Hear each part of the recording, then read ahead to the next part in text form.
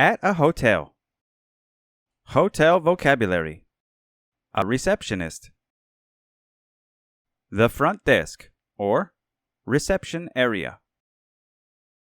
A key or a room key. A key card. An elevator. A single room. This means there is only one bed. A double room. This means there are two beds. Luggage or bags or baggage. A pool. Checking in.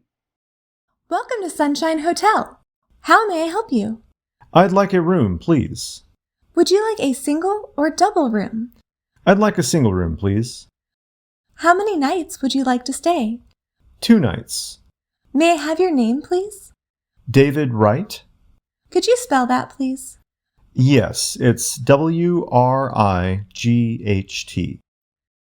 How would you like to pay? Cash. That will be $225. Here you are. Here's your key card. Your room number is 828. It's on the 8th floor. The elevator is over there. Do you need help with your luggage? No thanks, I just have one bag. All right. Thank you very much and enjoy your stay. If you need anything, just call us here at the front desk. Thank you very much. The hotel room. An air conditioner. A remote. A towel. A lamp. A hairdryer. A kettle.